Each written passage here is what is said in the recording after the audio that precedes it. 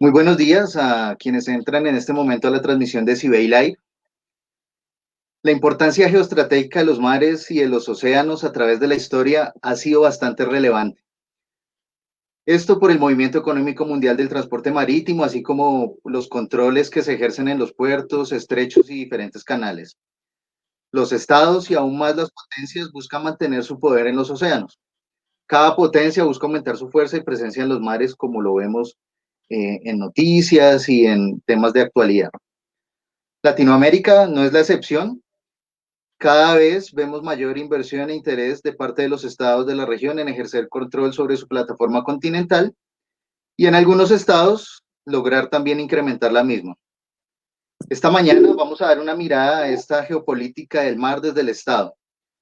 Para ello, tengo el gusto de presentarles a Camilo Urquillas Prieto, colega y amigo, quien es profesional en Relaciones Internacionales de la Universidad Jorge Tadeo Lozano, máster en Derecho Internacional Público de la Universidad de los Andes, oficial activo de la Armada de Colombia con grado de capitán de corbeta y actualmente trabaja con el Grupo de Asuntos Internacionales Marítimos de la Dirección General Marítima. El capitán Urquillas tiene amplia experiencia de más de 14 años en temas de cooperación, proyecciones internacionales y derecho internacional del mar.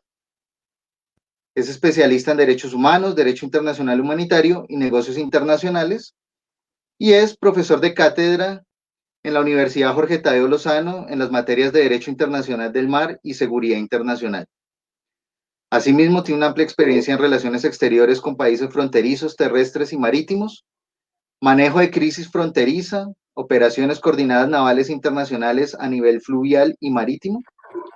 Y bueno, soy Alejandro Angarita, en nombre del Centro Iberoamericano de Estudios Internacionales, le doy la bienvenida, capitán Uquillas. Muchas gracias por aceptar esta invitación y acompañarnos esta mañana.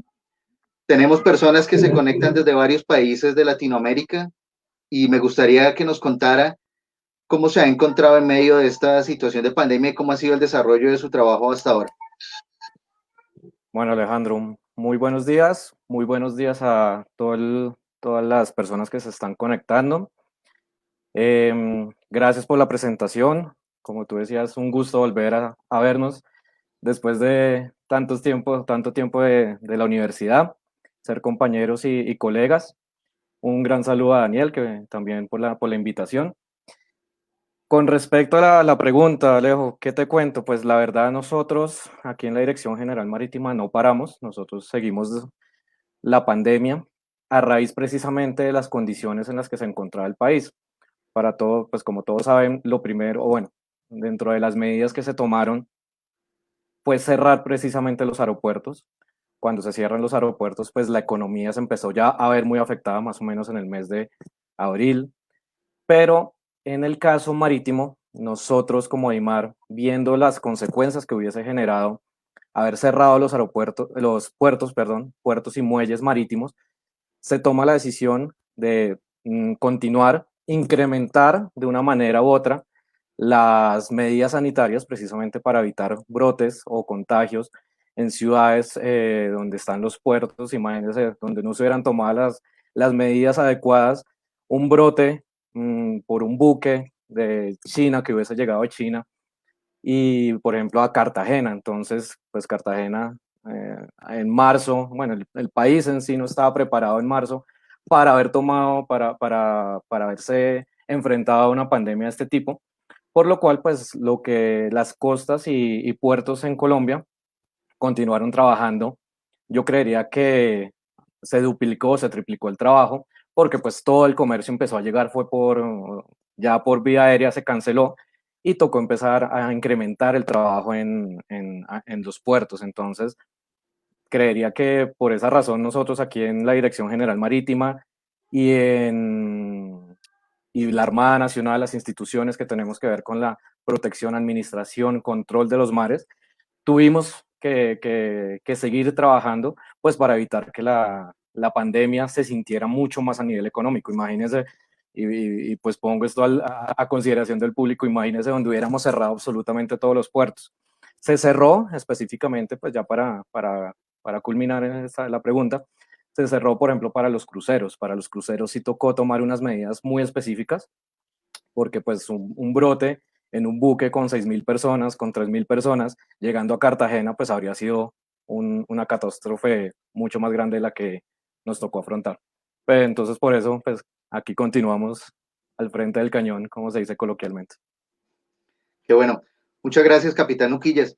Le recuerdo a todos que pueden hacer sus preguntas a través del espacio de los comentarios durante la transmisión y estas serán resueltas por nuestro invitado al momento de terminar su presentación. Asimismo, les invito a que compartan también esta transmisión en sus redes sociales con sus contactos para que más personas interesadas y que estén interesadas en estos temas de geopolítica del mar puedan compartir también esta información. Bueno, capitán, muchas gracias. Lo dejo entonces con su presentación y bienvenidos a todos. Gracias, Soledad.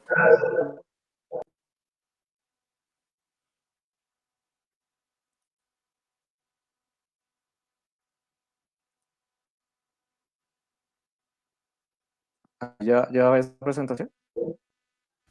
No, allá, ahora sí, ya la estamos viendo. Ya está la presentación proyectada. Sí. Bueno, entonces de nuevo, muchísimas gracias a CIDE, a la invitación aquí por Alejandro. ¿Qué buscamos con esta presentación? Pues principalmente ver la geopolítica. Vamos a explicar un poco qué es la geopolítica. No nos vamos a profundizar en la parte teórica, sino vamos a ir más a lo práctico, para lo cual vamos a desarrollar una pequeña agenda conformada por un contexto histórico, un contexto teórico, una proyección hegemónica, cómo se ve la proyección hegemónica frente a estos contextos, una proyección regional o una mirada a nivel regional, una proyección nacional, pequeñas conclusiones y una final reflexión, pues para dejarles a todos. ¿Me confirmas, Ale, si se está viendo? Es que estoy viendo aquí que está un poco retrasada la diapositiva. Sí, pero sí se están viendo. Sí, ahí Listo, estamos viendo la presentación. perfecto. Sí. ¿Con qué arrancamos? Entonces, sé que, por lo que me comentaba Alejandro, sé que hay gente que está escuchando de todas partes de Colombia o hasta fuera de Colombia, lo cual es un honor para mí. Sin embargo, pues, en Colombia, más hacer una presentación como estas, por ejemplo, en Colombia, llámese ciudad que se llame, uno puede hacer esta presentación en Cartagena, viendo el mar, la ventana, o una presentación aquí en Bogotá a 2.100 metros, más cerca de las estrellas, pero más lejos del mar. Es muy complicado, porque nosotros como Colombia siempre hemos sido desde prácticamente la conquista, posteriormente la colonia y la independencia, nos encontramos que somos un país mediterráneo, un país que siempre hemos visto adentro. Y pues el mayor ejemplo de eso es, por ejemplo, la ciudad principal, la capital, se encuentra en el centro del país, totalmente alejado de los centros, de las costas, totalmente alejado de los ríos principales, totalmente alejado del desarrollo costero que han tenido potencias o países, como vamos a ver en la presentación. Entonces, ¿por qué es importante que uno esté cerca del mar o por qué es importante proyección marítima frente a cualquier tipo de desarrollo o crecimiento que usted quiera desarrollar a nivel estratégico mundial? Principalmente porque el planeta Tierra, el cual siempre mira estos temas, se pregunta por qué se llama planeta Tierra. Obviamente, pues el antiguo no tenía el conocimiento de que las 2/3 partes de la superficie de la Tierra o del planeta Tierra están cubiertas por agua. Esto nos representa más o menos el 70% del país, del planeta, disculpen, es agua. Son los mares. Si ustedes ven la imagen, los continentes vienen a ser simples islas dentro de ese gran mar. ¿Qué más nos representa el mar o qué más significan los océanos y los mares? Todas las grandes riquezas vivas y no vivas, llámese fauna, flora, minerales, petróleo, que se encuentran, están en el mar. Es el mayor producto de oxígeno. Nos han dicho, obviamente, el Amazonas, selvas, son los mayores productores de oxígeno, pero biológicamente se ha podido comprobar que el mayor productor de oxígeno a nivel planetario viene siendo los océanos y los mares del planeta. Bien, es importante, eso creo que lo vemos todos los días, es el efecto moderador que tienen los mares, sus corrientes, sus corrientes submarinas, los vientos que se producen en los mares, hace que se generen unos moderadores esenciales en el clima terrestre. O sea, lo que nosotros sentimos, así estemos, como les digo, 2.600 metros más cerca de las estrellas o más alejados del mar, a una más o menos 800 kilómetros del mar, como es Bogotá, nosotros podemos vernos afectados o el clima que tenemos a día se ve afectado por los cambios que se dan en el océano. Para el caso, por ejemplo, del fenómeno del niño y niña, son eventos que se producen, por ejemplo, en el Pacífico, en el Océano Pacífico, en las costas del Pacífico, y nos golpean, afectan, bien sea con mayor pluviosidad o con mayores lluvias, o menos o más o mayores temperaturas en el centro del país o en el centro continental, si estuviéramos hablando ya de Sudamérica. Entonces, por eso el mar influye bastante en nuestra vida diaria. Ya pasando a un punto de vista menos morfológico y geográfico, si cae el término, pasaríamos a ver la importancia estratégica que tiene mares para la humanidad, para la civilización humana.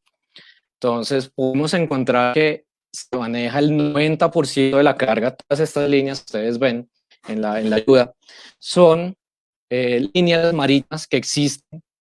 Las rojas son las que más utilizan, obviamente. Si vemos, por ejemplo, aquí en Panamá es donde, por obvias razones del canal de Panamá, existe un grado de líneas marítimas o de utilización de líneas marítimas por buques mayores. Por ejemplo, si nos vamos alejando hacia el centro, por ejemplo, del Océano Pacífico, ¿sí? Aquí en el Atlántico vemos que las zonas van aumentando. Miren, el Mediterráneo es prácticamente rojo. Por eso es que la mayor cantidad de comercio que ustedes, por ejemplo, el computador desde el que me están viendo, el celular que ustedes me están viendo, si hiciéramos el seguimiento, créame que esos elementos, desde el elemento básico hasta el elemento más prioritario de la vida de ustedes, se comercializa por medio marítimo o ha llegado por medio de un buque de otro puerto. Por esa razón, pues obviamente, el mar soporta la mayor parte del comercio internacional. El comercio internacional en este momento, y más en la pandemia, está siendo movido o se establece bajo las normas que tenemos por vía de comercio marítimo. También ejercen mayores vías de comunicación. En este momento, pues, está reducido por la pandemia. Estamos en un momento que aclarar por tipos de pandemia, pues las vías de comunicación o movimiento de gente en el mar está un poco no, bastante restringido, pero el comercio prácticamente podríamos decir que siguió avante a pesar de la pandemia en la cual nos encontramos. Eso yo creo que fue una de las razones por las cuales la crisis igual ha sido fuerte, pero no ha sido tan fuerte como se esperaba, porque el comercio por medio marítimo continuó de la misma manera. Y aquí ya empezamos a ver que el mar facilita el ejercicio de la hegemonía mundial. Es decir, vamos a ver en la siguiente diapositiva a qué corresponde que yo tenga la hegemonía mundial por medio del mar. Y también permite una protección militar de ese poder para ejercer esa soberanía.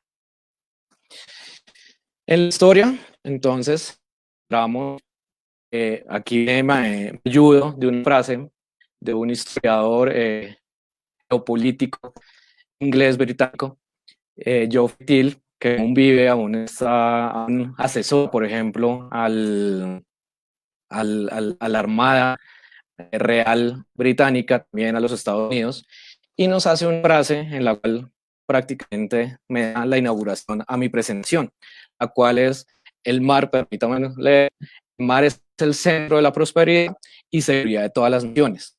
¿Por qué llegamos a esta, por qué puedes utilizar esta frase tan contundente de Geoffrey Hill?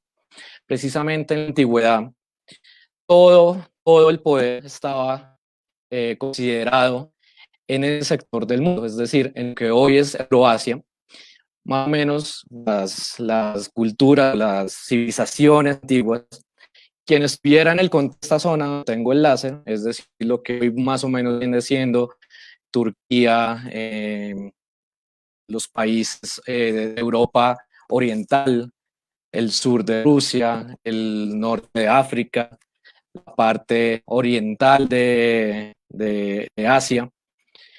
Todos los imperios estaban enfocados a tener el control de ese sector. Pues obviamente no se conocía más mundo que prácticamente el Mediterráneo. El Mediterráneo era el centro del mundo porque pues se conocía todavía que existía, por ejemplo, América, no se había descubierto todavía América.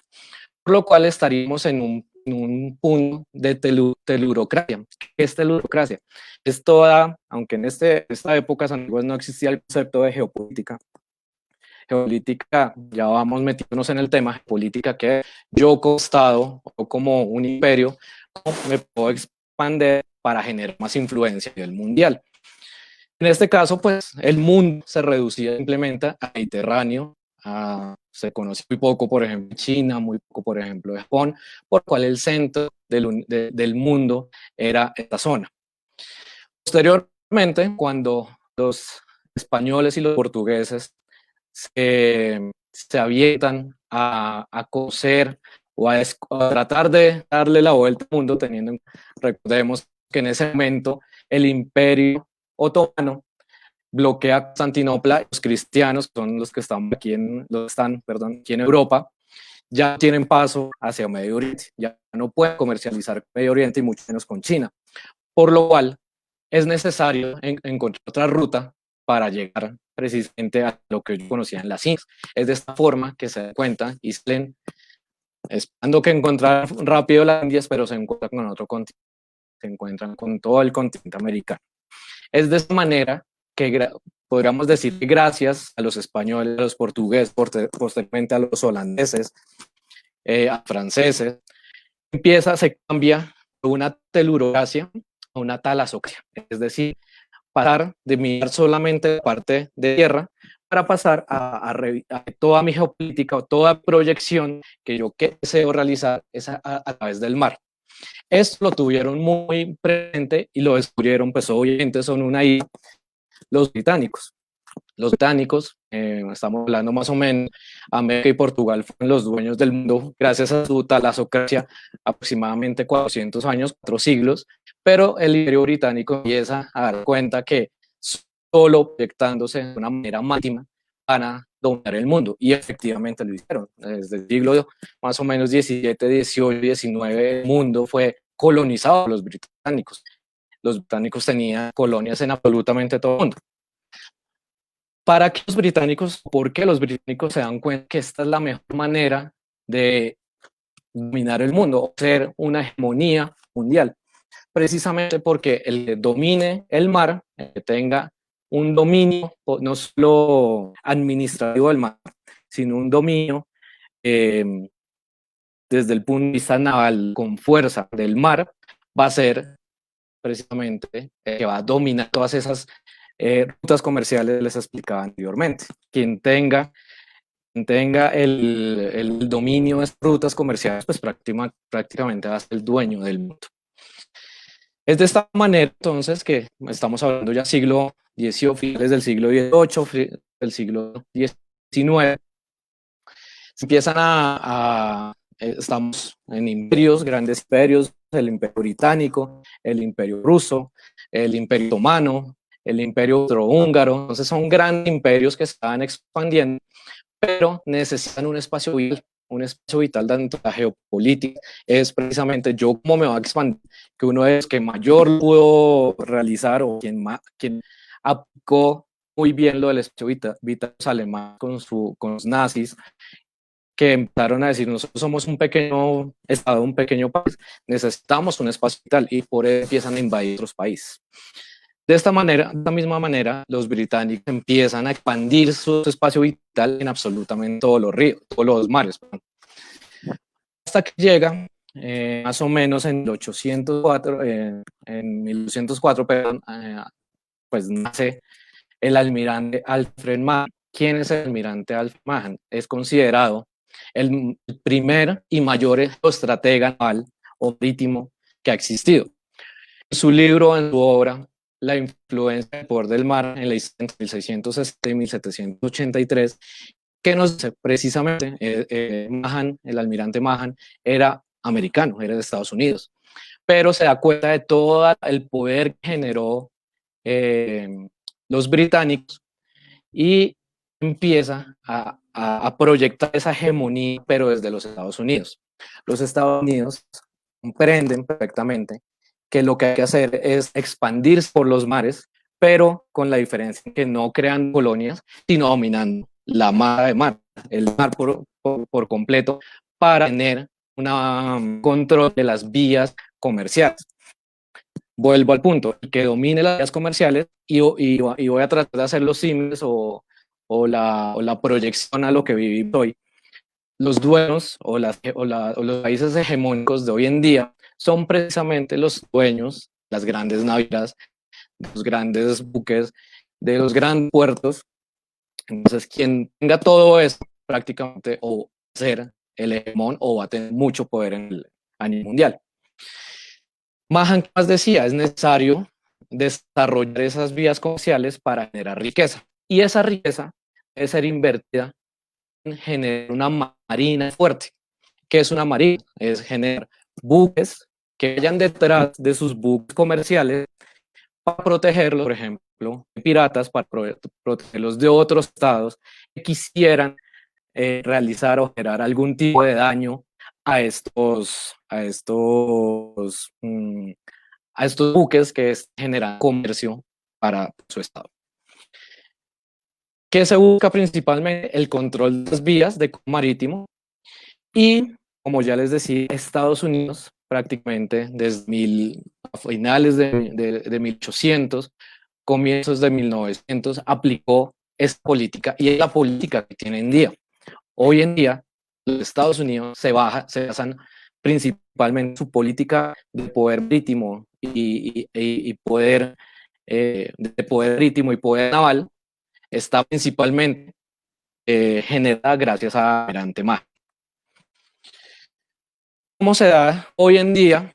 Aquí estamos mostrándoles entonces Mahan, es hasta 1914, de ahí en adelante obviamente llegan otros pensadores. La aplicación de esta política llegaría con la Primera Guerra Mundial. En guerras se hace como unos ajustes, su total aplicación sería durante la Segunda Guerra y lo que y lo que se vivió después con la Guerra Fría. Hoy en día tenemos cómo se da o por qué se da la geopolítica de espacios oceánicos, por qué es necesario tener esa geopolítica. Principal, la importancia de la globalización. Les decía al comienzo, todo se da, toda la globalización o todo el comercio se da gracias a la globalización. Por eso les decía, el computador desde el que me están viendo hoy pudo haber sido, se produjo en China y se comercializó por medio de las vías marítimas. La relevancia económica hoy está basada precisamente en el comercio. Se cree que este va a ser, bueno, se cree, no se tiene proyectado que este milenio va a ser el milenio en el cual todo se va a basar bajo la premisa de quién domine esas líneas especiales. Sin embargo, esto va a generar algunas pugnas que hoy ya estamos viendo, algunas pugnas entre las potencias. ¿Qué potencias? Ahorita las pueden ver ahí en la diapositiva, principalmente Estados Unidos, Rusia, China, y ahí está surgiendo India. Para proteger estas vías comerciales, yo como hegemón tengo que consolidar un poderío militar. Para consolidar ese poderío militar, tengo que invertir bastantes recursos, obviamente, pero esos recursos me los va generando la posesión de de las vías comerciales que tengo. Esta hegemonía la hegemonía que tiene Estados Unidos, les comentaba anteriormente, ¿qué características tiene? Principalmente, Estados Unidos actualmente sigue o seguirá siendo durante un buen tiempo la hegemonía naval a nivel mundial, precisamente porque tiene una presencia planetaria, es decir, tiene buques o tiene buques navales que pueden ubicarlos en cualquier lugar de los mares a nivel planetario.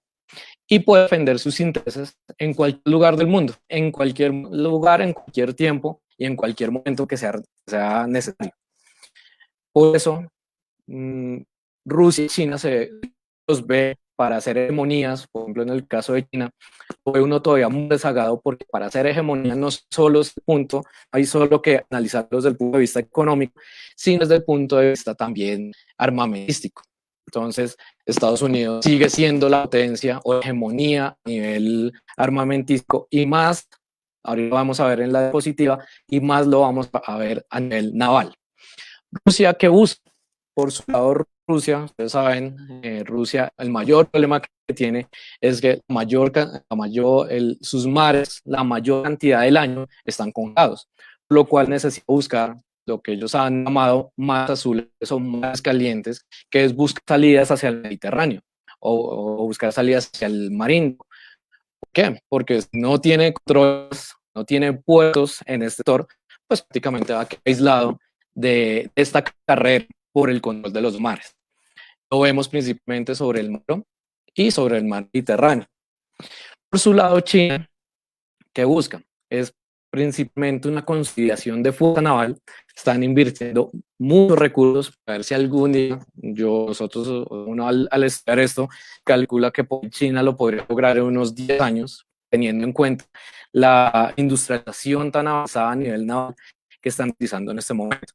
Por lo cual buscan una consolidación de una fuerza naval para para tener este poder y preservar líneas marítimas, pero a la vez está teniendo otro tipo de estrategia, cual no se ha tenido en cuenta, por ejemplo, por Estados Unidos, Rusia previamente, la cual es realizar una adquisición de puertos extranjeros, principalmente en África y en Asia, países pobres de África y Asia, donde compran los puertos, también lo hemos visto en algunos casos aquí en Latinoamérica, para obtener nuevas rutas comerciales, quedarse con los puertos directamente para obtener ese tipo de rutas comerciales. Por último, resalto el caso de India, precisamente porque India está viendo la amenaza china en el Océano Índico y está generando una modernización de su flota naval precisamente para contra eso a que está buscando China en este momento. ¿Qué poder naval tenemos actualmente? Entonces, como ya hemos dicho, Estados Unidos tiene una presencia planetaria. Si ven ustedes el cuadro, el presupuesto actual de los Estados Unidos a nivel militar son 647 miles de millones de dólares, es decir, 647 billones de dólares para el presupuesto militar. Tan solamente, o sea, para ponerles un ejemplo, tienen 20 portaaviones en este momento. Un portaavión, no solo, de pronto para conocen cómo los portaaviones, son prácticamente ciudades en el mar. Un medio de personas que hay en portaavión son 1000 personas, sumado pues al poder militar y aéreo que genera un portaavión, y los Estados Unidos tienen 20 portaaviones. Con eso, pues obviamente está muy avanzado frente a China o frente a Rusia. China en este momento tiene un portaavión, Rusia tiene un portaavión, aunque en otros aspectos puede que tenga armamento que Estados Unidos, pero por ejemplo es en tanques, es decir, en una guerra naval, pues los tanques creo que no sirven para mucho y ni siquiera en aviones le ganan a Estados Unidos, por lo cual seguiremos viendo como hegemonía, como hegemón a los Estados Unidos durante un muy largo tiempo. Estos son los 10 primeros países a nivel de poderes navales y podemos decir que, por ejemplo, Colombia, el listado, se encuentra en el puesto 38. Ya cuando entremos a ver la región, aclararemos cómo se encuentra Colombia frente al resto del mundo. ¿Qué es importante aclarar acá? Desde prácticamente la Segunda Guerra Mundial no hemos tenido ningún conflicto naval, ningún conflicto por puerto, ningún conflicto entre dos armadas, entre dos ejércitos a nivel naval. Estoy hablando y resaltando bastante a nivel naval. Por lo cual se está llevando o se puede hacer que son procesos de desarrollo navales, es decir, todo lo que les muestro, toda esta proyección naval de los países se está llevando en medio de una tensa calma, pero prácticamente es un proceso pacífico, porque no ha existido desde, podríamos decir, sí, desde la Segunda Guerra se puede asegurar que no existió un conflicto fuerte, por ejemplo, de dos portaaviones de dos estados diferentes. Por lo que esta carrera armamentística, quien tiene el mejor desarrollo naval, se está dando de una manera pacífica. ¿Hasta cuándo? Ahí es la interrogante que les dejo. ¿Qué vemos en la región? ¿Cómo vemos ahora la región? Brasil es el país marítimo más importante de la región, no solo por su extensión, por su extensión costera, sino por su proyección. Tienen una de las marinas más grandes, más fuertes de la región, precisamente para proteger toda esa costa. Brasil, en su política de defensa, hablan de los océanos. Ellos hablan del océano Atlántico, que es hacia donde da su costa occidental, oriental, disculpen, su costa oriental, y ellos hablan también de su océano verde, es decir, de la protección que les genera la Amazonía para su desarrollo. Pero ellos no dicen, comparto mi Amazonía con otros países. Para ellos la Amazonía es todo el territorio. Por eso hablan de un segundo mar, o un mar verde, que es la Oceanía. Chile es uno de los países más proyectados a nivel geopolítico desde el punto de vista marítimo. ¿Por qué? Porque ellos están haciendo, por ejemplo, en este momento, una proyección diferente de la geopolítica. Todos los países, llámese el país que se llame, hace su geopolítica desde tierra, desde su parte terrestre del país. Recordemos que Chile es una franja muy delgadita, territorio, y su mar es, o sea, su soberanía en mares es mucho más grande que lo que tienen en tierra, lo cual invirtieron a la ecuación para realizar el estudio de la geopolítica. Ellos ahora están estudiando la geopolítica desde el mar proyectado a la tierra, cosa que ningún país de nuestros países por lo menos lo ha realizado. El caso de Ecuador y Perú son países más proyectados hacia la pesca, por lo para los que de pronto conocen o tienen conocimiento de estos temas, la corriente de Humboldt llega directamente, viene desde el sur del planeta, trayendo grandes cantidades de reservas, mamíferos, de peces, de cualquier cantidad de recursos marítimos, por lo cual Ecuador y Perú están concentrados en conservar eso. Hoy en día, bueno, hace unos días todavía se tiene ese problema. No sé si han escuchado por noticias que, por ejemplo, China tiene un grupo de buques, prácticamente de 100 buques, pescando en aguas, ya no son ni ecuatorianas ni peruanas, fuera de la soberanía ecuatoriana y peruana, degradando totalmente el ambiente. ¿Por qué? Porque la cantidad de recursos que se encuentran en esta zona son muy altos y por eso países como China, como Japón, vienen en aguas internacionales y dejan estos ecosistemas, por lo que el Ecuador y Perú están tratando de modernizar toda su poder naval para tratar de evitar este problema.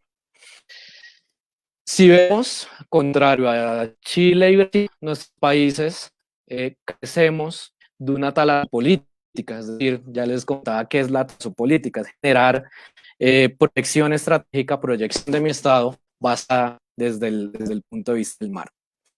Sumado también a otros problemas que, como les decía al comienzo, nuestra cultura nuestra educación de todos los países del continente, omitiendo los que ya les comentaba, no tenemos cultura marítima.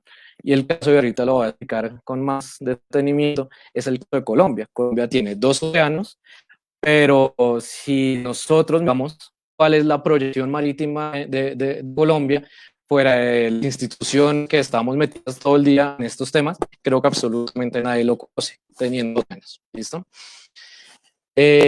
Sumado también a que muchos de estos países tenemos grandes territorios, grandes problemas de costa de adentro, por lo cual a veces el control marítimo pasa a un segundo plano, porque tenemos tantos problemas hacia adentro que a veces mira el mar y como no tenemos la cultura, pues se hace más difícil.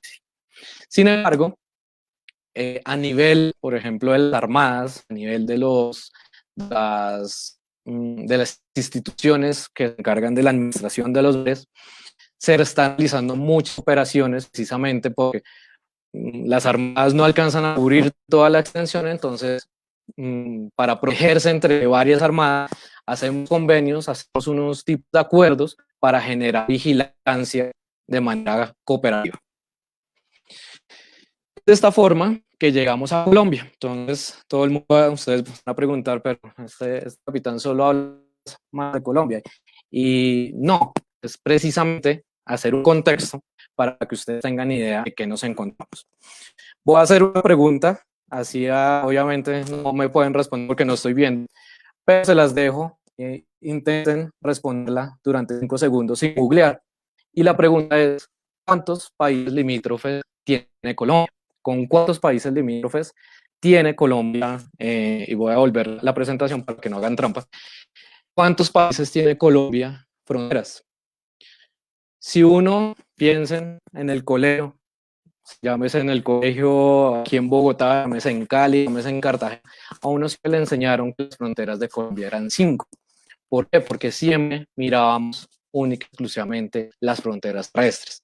Entonces nos enseñaron que teníamos frontera con Venezuela, nos enseñaron que teníamos frontera con Brasil, con Perú, con Ecuador y con Panamá. Hoy en día, yo puedo hacerle esta pregunta a mis alumnos o a cualquier internacionalista que no esté muy cercano a los temas de marítimos y me va a responder en algunos casos 5, a veces hasta me dicen 8. ¿Por qué? Precisamente porque esto no es un problema internacionalista, esto no es un problema de abogados, esto es un problema de cultura a nivel colombiano. Y de pronto los que me están escuchando fuera, puede que en sus países tengan también unos mismos problemas, porque culturalmente Latinoamérica se desarrolló, fue de las costas hacia adentro. Algo que revivimos precisamente de los españoles. Si ya googlearon o ya contaron aquí las fronteras, se darán cuenta que tenemos 11 fronteras. Hay mucha gente que no tenía idea que teníamos, por ejemplo, frontera con República Dominicana, esta línea. Con Haití tenemos frontera, con Jamaica. Hay gente que en la vida habría imaginado que tenemos frontera con Jamaica. Tenemos frontera con Honduras, tenemos frontera con Nicaragua, tenemos frontera con Costa Rica, ¿sí? Y todas estas fronteras muchas veces no las conocemos porque solamente vemos en el mapa la proyección verde y nos olvidamos de hacer la proyección de lo azul. Ustedes se preguntarán, pero ¿a qué falta una frontera? Efectivamente, no tenemos establecida frontera marítima en este momento con Venezuela. Creo que es una de las fronteras abiertas más longevas a nivel histórico, no solo en el continente, sino a nivel mundial. Prácticamente lo que llevamos de independencia de los dos países, no hemos resuelto esa frontera. Y tocaría ver cuándo lleguemos a eso. Concentrándonos entonces en Colombia, como decía, si se acaba de dar cuenta que teníamos 11 fronteras, por ejemplo, que teníamos frontera con Haití, podemos encontrarnos que ese cuento, o bueno, esa física que nos decían en el colegio, en algún caso en la universidad, que el territorio colombiano es 1.142.000 kilómetros cuadrados. Con este mapa, o ustedes al darse cuenta de esto, nos entendamos que tenemos 928.600 kilómetros cuadrados que a veces no conocemos. Por lo cual, esto nos daría que el Colombia no tiene de territorio, 1.141.000 kilómetros cuadrados, en realidad tenemos 2.070.000 kilómetros cuadrados de territorio total. ¿Listo? ¿Cuál es el mayor ejemplo que podemos encontrar referente a la poca proyección que tenía el país? Digo tenía, ya van a ver por qué hablo del pasado, que tenía Colombia frente a los mares. Si ustedes miran y algún día que estén un poco desparchados, bajen la Constitución Política de Colombia y en el buscador pongan la palabra mar. ¿Cuántas veces les va a salir la palabra mar? Yo les hice la tarea. En el artículo 101 es el único artículo de la Constitución donde la palabra mar aparece. Y me permito leer un momento en qué contexto aparece la mar. Entonces, también son parte de Colombia el subsuelo, el mar territorial, la zona contigua, la plataforma continental y la zona económica exclusiva. A esto le sumo un poco lo que dice el comienzo del artículo, que dice: los límites de Colombia son los establecidos en los tratados internacionales, ya ustedes saben cuáles son nuestros límites, aprobados por el Congreso. Es muy importante tenerlo en cuenta, que los límites que nosotros tenemos son únicamente y exclusivamente aprobados por el Congreso, debidamente ratificados por el presidente de la República y los definidos por los laudos atrás en que sea parte de la nación. ¿Listo? ¿Por qué les decía que esto era una proyección o era algo que existía en Colombia y ahora es diferente?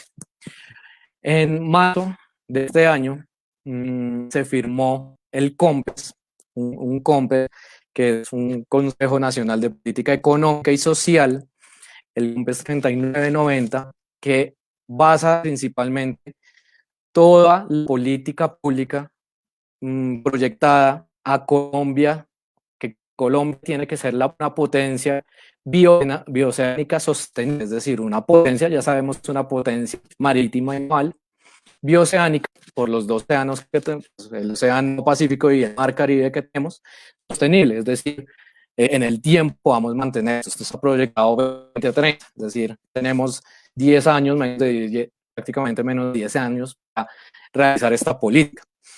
Está basada en 5 objetivos. 5 objetivos son la institucionalidad y la gobernanza de los mares, obviamente, incrementar soberanía y defensa, incrementar soberanía, la defensa, la seguridad marítima, fundamental, ya sabemos por qué es necesario tener la soberanía de la defensa y la seguridad marítima, lo vimos con los casos anteriormente descritos. Fomentar el conocimiento, este ejemplo que yo les daba, mucha gente que conoce que tenemos fronteras, que nuestro mar que nuestro territorio es 2.070.000 kilómetros cuadrados, eso es desconocimiento. Y uno de los mayores problemas que tenemos a nivel marítimo es que como no conocemos nuestros mares, no los protegemos. Es ya, o sea, la literatura, la ciencia nos ha demostrado que lo que uno no conoce, no lo protege, lo que uno conoce, lo cuida. Y eso efectivamente nos ocurre con nuestros mares. Y eso es lo que busca este COMPES, crear concientización a nivel nacional, a nivel regional, de la protección en los mares. La protección no solamente desde el punto de vista de seguridad y defensa, sino también desde el punto de vista ambiental, obviamente, desde el punto de vista ambiental, para generar, por ejemplo, desarrollo económico, social, las costas donde más se necesita, pero pues también al interior del país. Y por último, armonizar instrumentos de desarrollo territorial y espacios marítimos. ¿Qué significa esto? Que ya existen muchas políticas, ya existe mucha normatividad interna, es simplemente por medio de este COMPES alinear toda esta normatividad para llegar a estos objetivos.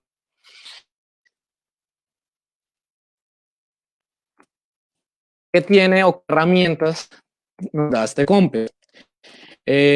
Principalmente la participación de 19 entidades, entre ministerios, instituciones, todo a nivel del sector público, con el apoyo obviamente del sector privado. El sector privado es muy importante para que este tipo de COMPES pueda llevar a cabo, porque hay muchos intereses de por medio, pero precisamente el COMPES permite esa protección marítima que nosotros necesitamos. Está compuesto el COMPES, el que quiera algún día leer o bajar está en la página del TCO de la Comisión Colombiana del Océano, busca COMPES bioceánico y le parece, y en PDF, estos, ustedes saben que un COMPES es política pública, entonces no hay sentido en que ustedes, si les llama la atención o a qué va proyectado este COMPES, lo puedan revisar. Entonces está proyectado principalmente a realizar 66 acciones por cumplir, las cuales van enfocadas a estos 5 objetivos que mostraba en la diapositiva anterior. Tiene una inversión proyectada más o menos de 370.000 millones de pesos, es decir, hay recursos, porque muchas veces o muchas de las normatividades que se crean en el país tienen el problema que esto se crea la normatividad, pero y los recursos, o sea, ¿de dónde voy a sacar recursos? Este COMPES ya tiene recursos.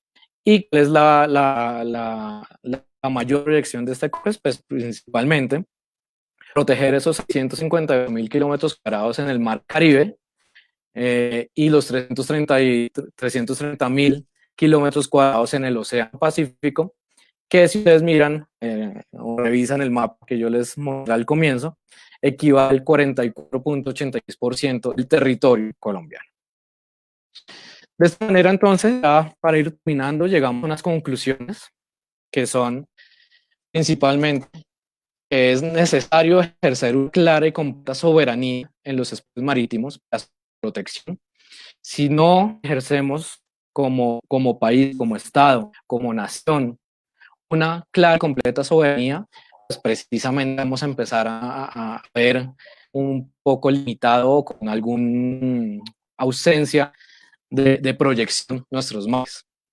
Según podríamos encontrar que es necesario mantener el desarrollo pacífico y progresivo una gobernabilidad mundial de los océanos, es importante que nosotros aumentemos nuestro poder naval. Sí, ya les comentaba previamente que es el poder naval, para tener ese control de los mares, pero generar una amenaza a los otros países. Es decir, yo aumento mi capacidad naval, no para expandirme, que era como lo veía, por ejemplo, los británicos en sus inicios, que les comentaba, sino simplemente yo me fortalezco mi fuerza naval precisamente para generar una gobernabilidad, pero sin afectar a un tercero. También encontramos que en los próximos años la geopolítica basada en el control del mar va a ser fundamental. Vamos a cambiar de dar una geoestrategia hacia la tierra y vamos a empezar a hacer algo que ya Chile está haciendo, por ejemplo, revisar la geopolítica del mar a la tierra, o sea que muy pocos países hacen. Y por último, generar conciencia de sociedad para que sienta el mar como parte de su vida. Esto se me hace muy fundamental, creo que es a la larga el mensaje final de mi charla, que les agradezco la atención. Llego a uniendo esto de generar conciencia, llego a este último punto en el cual les muestro que a pesar de que pronto los estén en ciudades fuera del país o fuera de Bogotá, alejados del mar, el mar siempre está muy cerca a nosotros. Uno dice, yo solamente voy al mar cuando voy de vacaciones, y ahorita hay pandemia, pues creo que la visita al mar se va a postergar bastante. Pero si ustedes miran, el mar nos rodea por todo lado. Las lluvias que llegan provienen de los mares y, por ejemplo, todo lo que nosotros botemos en las alcantarillas, en los desagües, todo eso va a terminar en el mar. Es decir, si yo contamino y ensucio aquí en Bogotá, esa contaminación va a llegar al mar y va a afectar todo lo que hemos hablado en la charla. Por último, ya una final, un mensaje final, que es el génesis para la mitología Kogi, que es una mitología que se encuentra, o de la altura Tairó, en la Sierra Nevada de Santa Marta, aquí en Colombia, donde toda su génesis o toda su mitología está creada alrededor del mar. Y les dejo este mensaje que resume totalmente mi charla y permite una mayor reflexión, que es, me permito leer, que dice, el primero estaba el mar, todo estaba oscuro, no había sol, ni luna, ni gente, males, plantas. Solo el mar estaba en todas partes. El mar es la madre. Ella era río, laguna, quebrada, mar. El mar es absolutamente todo para nosotros. Muchas gracias por tu atención. Quedo atento si hay alguna pregunta. lo que me digas, Alejo, cómo hacemos. Camilo, muchas gracias por esa intervención, bastante interesante el tema, muy pertinente ahorita también, pues para todos, no solamente para los internacionalistas y los que les gusta estos temas de derecho marítimo, sino creo que para la comunidad en general es algo bastante interesante. Abrimos este momento para preguntas, preguntas que tengan para el capitán Uquillas.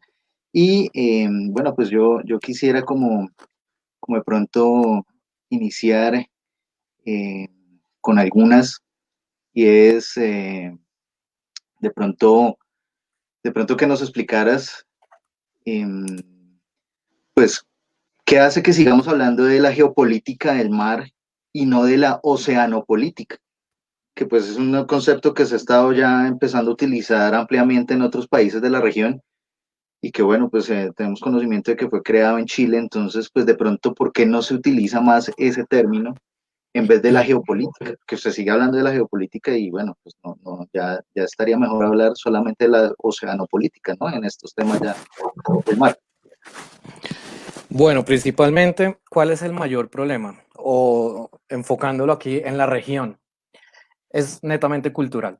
O sea, si ustedes ven, por ejemplo, las instituciones que estamos proyectadas a la administración del mar, proyectadas a la seguridad del mar, tenemos todas las herramientas. Obviamente nos gustaría tener mucha más proyección y mucha más elementos económicos para eso, pero es algo cultural, es algo netamente cultural. No lo cuestiono porque pues creo que absolutamente todos yo soy de Bogotá y la mayoría, o por no decir el 100% de las personas que están en Bogotá, estamos totalmente alejadas del mar. No tenemos ni idea cómo funciona el mar fuera de cuando vamos a Cartagena, Santa Marta de vacaciones, porque nunca vamos al Pacífico. Por ejemplo, eso ya es un limitante para que nosotros no veamos la geopolítica desde el punto de vista oceánico. El hecho de que nosotros pensemos que mar es única y exclusivamente Cartagena, Santa Marta, Coveñas, Riohacha, eso ya nos limita muchísimo para hacer una proyección geopolítica.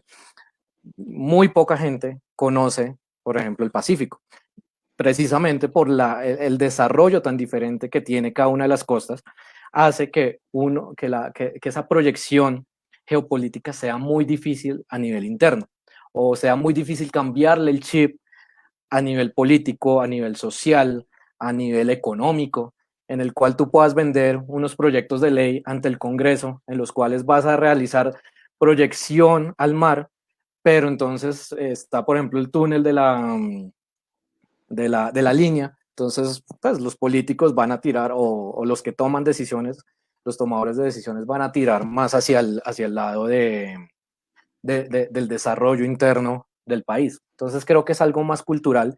Precisamente con el COMPES estamos tratando de generar con estas charlas, con este tipo de materias que se están dando en las universidades, estamos tratando de meter esto en los, que desde el colegio en Leticia, en Villavicencio, en Puerto Carreño, hasta el de Santa Marta, Cartagena, Buenaventura, tengan exactamente el mismo componente de conocimiento de la importancia del mar para Colombia. Sí, es que bueno, pues no tenemos ahí no mencionamos ni comprendemos también la verdadera magnitud privilegiada que también tenemos en Colombia con nuestra posición geográfica, ¿no? Más en ese plano Sí, claro. estratégico también que conlleva. Sí, es. Imagínese Chile con, o sea, una proyección como la que está haciendo Chile con los mares, o sea, seríamos una potencia no solo regional, ¿no? Podríamos hasta tener una proyección mundial. Claro que sí. Capitán, militarmente hablando, pues, ¿qué poderío naval tiene Colombia en este momento en comparación con otros países, con los países vecinos más que todo? Bueno, a nivel militar, voy a hablar primero a nivel militar. Nosotros, como les decía, a nivel mundial somos el país 38 en inversión en temas militares, en cantidad de hombres por fuerza, en cantidad de armamento. Eh, Nos hace el país 38 a nivel mundial. A nivel regional, somos, en este momento seríamos el segundo, después de Brasil, estamos por encima de México, estoy hablando netamente a nivel naval, de poder naval, de proyección y experticia naval que tenemos en este momento, creo que estaríamos solamente superados, bueno, en este momento por Chile y por Brasil, perdón, por Brasil y por Chile en ese orden, pero estamos, por ejemplo, por encima de México. ¿Cuál es la proyección de la Armada de Colombia en este momento? La Armada de Colombia busca ser una armada de nivel de proyección no solo estratégico local, sino también regional. ¿Qué significa? Entonces ahora van a decir, no, es que quiere expandirse. No, no, precisamente lo que buscamos es con el apoyo o lo que genera la Armada Nacional, generar apoyo a otras armadas, por ejemplo, en uno de los mayores problemas que tenemos a nivel regional, que es el narcotráfico. Se vienen haciendo muchas operaciones, más exactamente desde el año 2018 se viene haciendo la operación Orión, ya vamos en la Orión 6 si no estoy mal, que son operaciones lideradas por Colombia, por México y por Estados Unidos a nivel regional para lucha principalmente contra el narcotráfico, que ahí también se aprovecha y pues ya que estamos haciendo operaciones, pues se hace control pesquero, se hace control aduanero, se hacen diferentes controles, ya que es toda una cooperación de varios países en protección naval regional. Pero es importante aclarar que esto es liderado y desde el inicio fue liderado por Colombia, por México y con el apoyo económico de los Estados Unidos. Listo, capitán, muchas gracias. Vamos entonces, le voy a poner en pantalla preguntas que nos han hecho entonces el auditorio para que usted nos ayude con su respuesta. Lo dejo entonces, ya le saldrán en pantalla. Perfecto. Brian Moreno pregunta, las fronteras de las que estaba hablando el capitán en cuanto a temas marítimos son después del fallo de la Corte Internacional de Justicia de La Haya. Eh, bueno, no quería tocar ese tema porque pues entenderán que cualquier eh, estoy en este momento uniformado, entonces cualquier cosa que yo pueda decir, estoy dando una posición institucional y no es así. Entonces, el mapa que ustedes veían o que yo les proyecté inicialmente, es el mapa actual de Colombia. Es el mapa que tenemos y que nosotros tenemos en este momento. Estamos en un litigio, eso está totalmente claro. Tenemos un litigio con Nicaragua, pero hasta que no se resuelva de una manera clara y tengamos toda una proyección a nivel de decisiones políticas que se tienen que dar a nivel interno y a nivel internacional, ese es el mapa de Colombia. Entonces, ese es el mapa que nosotros como Colombia tenemos que conocer y tenemos que defender o tenemos que saber cómo es el mapa de Colombia. Joshua Arteta González pregunta, acabo de mirar el COMPES y de los 370.000 millones asignados, 316 millones están destinados a conocimiento, investigación, cultura marítima. Me parece un acierto, pero sabemos que actividades específicas están incluidas aquí. ¿Qué significa? Gracias. Gracias, Joshua, por el aporte, que lo hayas sacado aquí al evento. Principalmente es investigación, protección, todo lo que es proyección marítima científica, conocimiento científico de lo que tenemos, de los recursos que tenemos. Por ejemplo, en Seaflower no es precisamente para explotarlos. Ustedes saben que en Seaflower, en la reserva que hay en San Andrés o cerca al archipiélago de San Andrés, ahí al frente del archipiélago de San Andrés, no es precisamente para explotarlo, nosotros lo consideramos una reserva, sino es para saber lo que tenemos. Yo les decía al comienzo de la exposición que el que no conoce lo que tiene, pues no lo cuida o no lo protege. Y eso precisamente es lo que busca el COMPES o lo que busca todo este tipo de institucionalidad. ¿Qué tipo, me preguntaba Joshua, qué tipo de investigación? De todo tipo. Aquí no es solamente la Armada investigando, no solamente la IMAR investigando, no solamente la Comisión Colombiana del Océano investigando, aquí están todas las universidades del país, todas las principales universidades del país están metidas en este tema precisamente, y aprovecho, ya que me das, Joshua, el papayazo, para hacer propaganda de un webinar que estamos proyectando aquí en DIMARO, para el 28 de octubre, en el cual vamos a hacer este ejercicio, pero con las universidades. Es decirle a las universidades, mire, está el COMPES. Ya el COMPES arrancó, están los recursos, está la iniciativa. Nosotros como Armada proponemos esto, nosotros como IMAR proponemos esto, nosotros como institucionalidad pública proponemos esto. Ustedes como academia, ¿qué proponen? ¿Cómo verían un COMPES o cómo se podría realizar o ejecutar ese COMPES de manera adecuada? Espero haber no entro en detalle, pues porque si no nos vamos de aquí hasta las 4 de la tarde, pero más o menos eso es lo que busca el COMPES, acercar dos sectores que están muy alejados, que era la institucionalidad con la academia, y unirlos para que ustedes como ciudadanos y dueños de estos mares sepan qué se está haciendo. Pregunta Jessica Robles, ¿qué plan consideraría el más adecuado para reforzar la zona marítima en ámbito de seguridad para un país como Colombia? ¿Qué plan consideraría el más adecuado para reforzar la zona marítima? Bueno, Jessica, es importante tener en cuenta toda la proyección que tiene Colombia ahorita en este momento con el COMPES. Como les mencionaba inicialmente, existe mucha normatividad a nivel interno por parte de Colombia para protección, para administración, para generar seguridad en nuestros mares.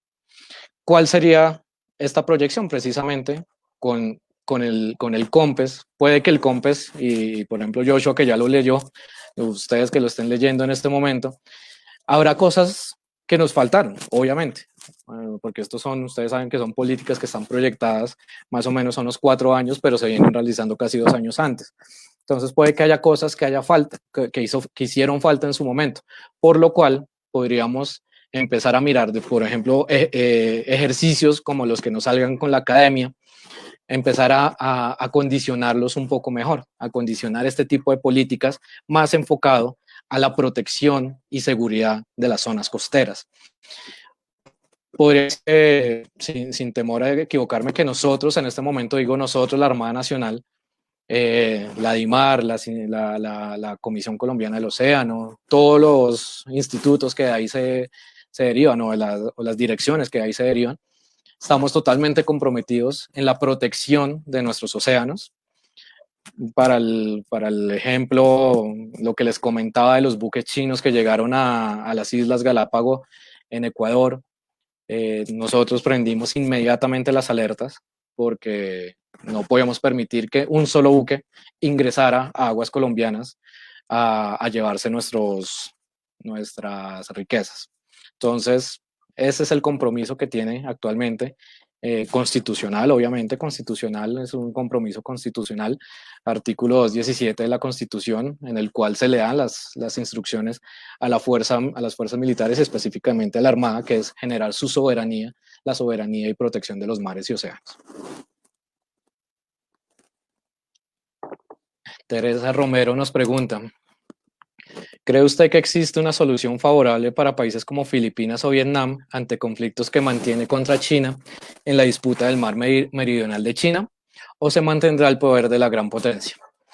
Qué buena pregunta, Teresa. Es una proyección que como internacionalista, más que como oficial de la Armada, se puede hacer. La verdad, considero que aquí se va a imponer, obviamente, el poder militar. Pues ya quién puede llegar a ejercer una contraposición a China, es muy complicado. El problema es, obviamente, ese poder de China va a empezar a afectar otros poderes, como por ejemplo los intereses que tiene Estados Unidos en la región, los intereses que tiene Rusia en la región, los intereses que tiene Japón.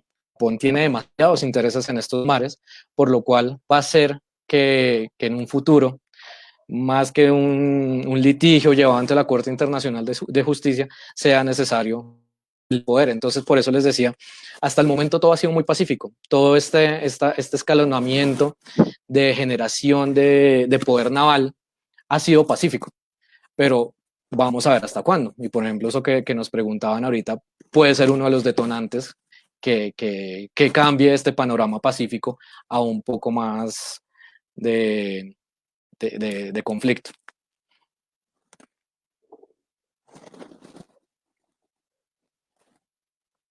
Fundación Náutica pregunta, opinión sobre el, entre comillas, cambio de chip político para desarrollar industria y fomento de exportación de talento humano de gente de mar, marina mercante. Si entiendo la pregunta, entonces es, ¿cuál es la opinión? Daría mi opinión personal. Creo que todo este tipo de eventos, esta proyección que estamos haciendo a nivel institucional de acercarnos no solo al que trabaja el mar, porque creo que ese es uno de los problemas que tenemos en Colombia.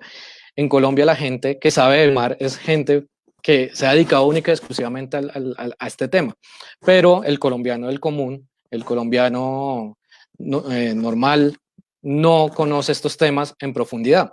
Y tratamos o estamos tratando de acercarnos o no venderle, porque esto no le estamos vendiendo nada, le estamos mostrando las riquezas que de pronto por desconocimiento no propio, sino por desconocimiento cultural e histórico, este cambio de chip se está generando. Por lo cual, pues si nosotros no empezamos con una semillita, por lo menos a botar, claro que no me sirve el ejemplo si estamos hablando de mar, pero si yo boto una semillita en tierra y me empieza a germinar este cambio de chip, va a hacer que, por ejemplo, esta industria astillera, de pronto para el que no conoce el término, ¿qué es la industria astillera es la producción e industrialización de buques. En Colombia, la industria astillera en el momento es una industria astillera, yo podría decir que mediana, pero no es de las más importantes. Por ejemplo, tenemos Cotecmar. Cotecmar es una industria mitad público, mitad privado, en la cual ya hemos llegado, ya hemos logrado vender buques, no solo para la Armada colombiana, sino también para armadas de otros países, como fue Guatemala y Honduras. Y hay varios proyectos para otros países. Esto ya nos hace que seamos una proyección a nivel astillero medianamente, de tipo mediano, y este cambio de chip nos permitiría, pues, si alguien, por ejemplo, les doy un caso, si alguien ya no quiere estudiar ingeniería mecánica, porque pues no ve de pronto una proyección, se podría dedicar a una ingeniería naval, porque si nos vamos a concentrar en la ingeniería naval, pues vamos a generar un mayor crecimiento de la industria naval aplicada, por ejemplo, a los astilleros.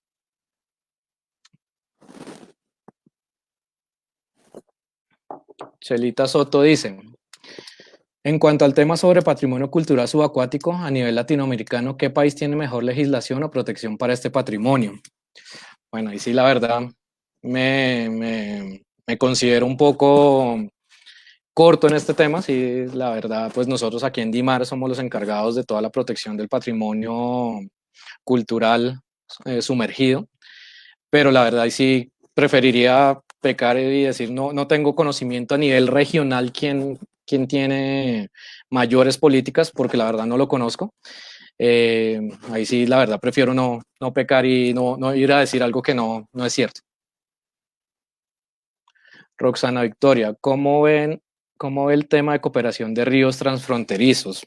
Bueno, qué buena pregunta, teniendo en cuenta que para Colombia los ríos fronterizos, la mayor, o bueno, todos los ríos transfronterizos o límites están en la zona amazónica. Para Colombia, la zona amazónica es considerado, como les explicaba con Brasil, para Brasil ellos tienen dos mares, que es el Océano Atlántico y el Amazonas. Para nosotros estamos proyectados también en que la cooperación que tenemos en los lugares o en los ríos fronterizos también tienen que ser tratados como si fueran o con la misma proyección de una política marítima. Con respecto a la cooperación, puedo decir por experiencia propia que la cooperación a nivel fluvial es de las mejores herramientas que tenemos con países fronterizos. Obviamente, no la tenemos con Venezuela, porque pues con Venezuela en este momento no tenemos ni siquiera relaciones diplomáticas, no tenemos una misión diplomática en Venezuela, perdón, en Caracas, por lo cual esta parte de la cooperación con Venezuela es muy difícil. Pero si lo proyectamos con Brasil, en el río Negro, en el río Amazonas, si lo proyectamos con Perú en el río Amazonas, si lo proyectamos con el Ecuador, con Perú en el río Amazonas y Putumayo, y con Ecuador en el río San Miguel, en el río Putumayo también. Podríamos decir que la cooperación fronteriza fluvial nos permite tener un mayor control de estas fronteras. Recordemos pues que en épocas pasadas teníamos el problema del narcoterrorismo, y mucho de ese narcoterrorismo entraba precisamente por estas fronteras. A raíz de eso, la cooperación internacional, en este caso cooperación bilateral que se tiene con otros países, hace que el control sea mayor y tengamos por lo menos control. Yo podría asegurar que tenemos control. ¿Qué nos haría falta? Y de pronto, para complementar la pregunta, nos haría falta más apoyo de las otras instituciones del Estado, porque creo que es uno de los problemas que ocurre en Colombia. O sea, llegan las fuerzas militares, consolidan la zona, pero hace falta el respaldo. Entonces hace falta que llegue el puesto de salud, que llegue la educación, que llegue, y eso lo hemos visto bastante en las zonas fronterizas que nos toca, bueno, la mayoría de los ríos fronterizos son cubiertos por la Armada Nacional, por guardacostas, la Armada Nacional y la Infantería Marina, y podríamos decir que hay un control muy establecido, pero falta ese respaldo que sería necesario para generar más que seguridad, desarrollo y crecimiento social. Valentina López pregunta: ¿Colombia es un país que se preocupa por temas medioambientales en sus zonas marítimas? ¿Hay atención permanente del Estado en este tema? Gracias, Valentina, por la pregunta. Sí, nosotros somos un país muy alineado con la política internacional en temas ambientales. Todo lo que, por ejemplo, la Organización Marítima Internacional, con sede en Londres, toda la proyección que existe a nivel de protección marítimo, nosotros lo hemos implementado de una u otra forma, lo estamos implementando para precisamente proteger las contaminaciones en los océanos.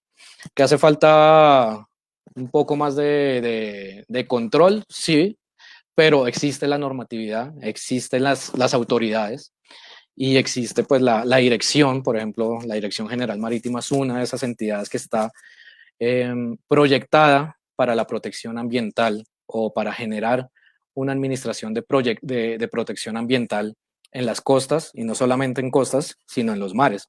No solamente el tema de protección costero, porque a veces nos limitamos solamente a que es protección costero, pero se nos olvidan todo ese marco azul que teníamos en el mapa, y eso también hace parte de esas proyecciones a nivel ambiental. Carol Cubillos nos pregunta: ¿qué acciones está tomando el Estado o la entidad para evitar la construcción del puerto en Tribugá? Bueno, yo también aquí creo que me siento un poco limitado para responder esto, porque pues yo hago parte de la institucionalidad. Entonces pues me queda difícil, y más que esto es un ambiente académico, pero la verdad, pues yo represento en este momento una institucionalidad. Entonces, ¿qué les podría decir? Sí es o sea, que desde un punto de vista muy personal, alejando un poco lo institucional, sí es un tema muy complicado, porque sé que se vería muy afectada a nivel ambiental. Sé que se están haciendo todos los estudios, pero la verdad, por la poca objetividad que podría tener desde el punto de vista institucional, preferiría pasar de pregunta y no responderla. Muchas gracias.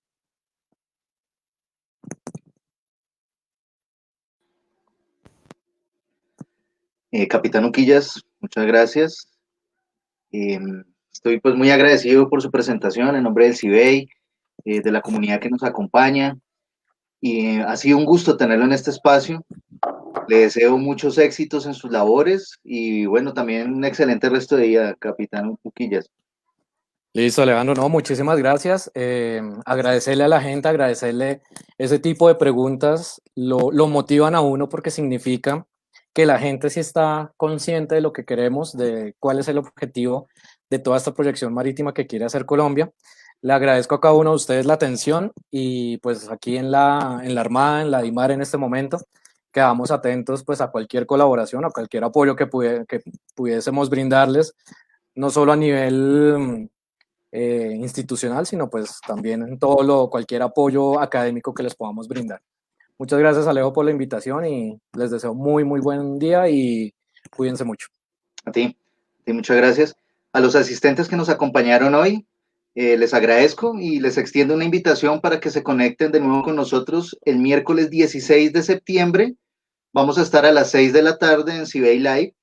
El invitado va a ser Silvio Mesarina, quien desde la ciudad de Lima, Perú, nos hablará de Derecho Internacional y Ciberguerra. También síganos en nuestras redes sociales donde nos encuentran como Fundación Cibey. Gracias por su compañía. Un feliz fin de semana para todos. Me despido. Capitán Uquilla, muchas gracias a Listo, todos. Alejo. Excelente Un día, que estén abrazo. muy bien.